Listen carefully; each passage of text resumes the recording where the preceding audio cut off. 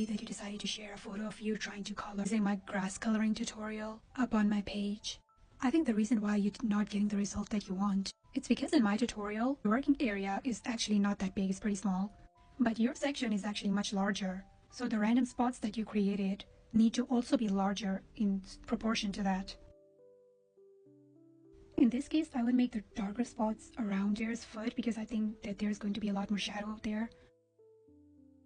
Make sure to spread out all the circles a lot more evenly everywhere, so there aren't just a lot of dark spots in one side of the grass. Make sure that they're evenly distributed everywhere.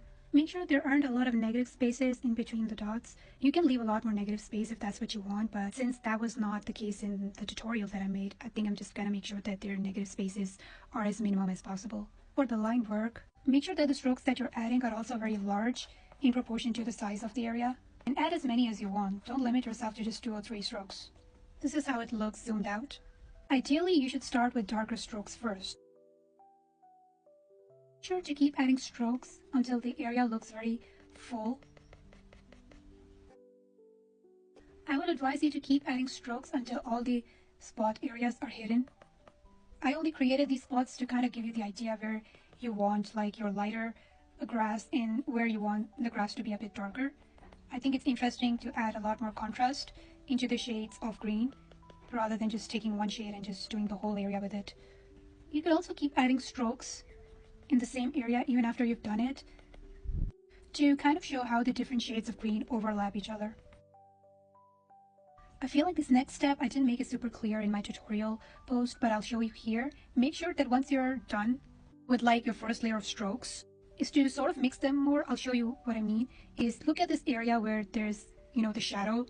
You can add highlights on top of this to help the grass look a lot more seamless. You can sort of see how it looks a lot more seamless and blended now. You can now do the same, but with lighter strokes. You add darker strokes on top of that.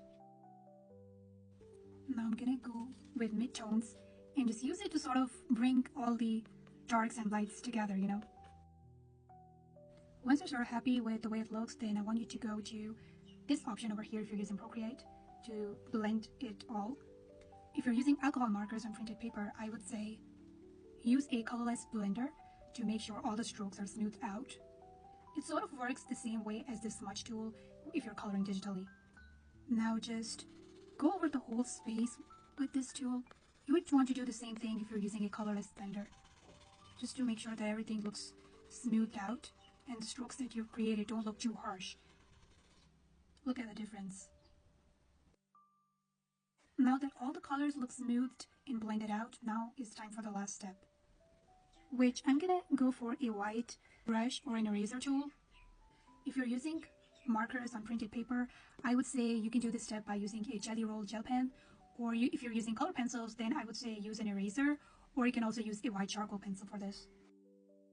Okay, so this step is optional, but I do like to do it because I think it just makes everything come together nicely. I would use the colorless blender if you're coloring digitally, just to use the smudge tool to smudge the highlights just one last time. So this is what the final result looks like. I'm so sorry for coloring over your already colored page, but I thought this was the best way to explain the technique that I used in my tutorial. I hope now it's a little less overwhelming for you to color the grass that looks like the one in my tutorial.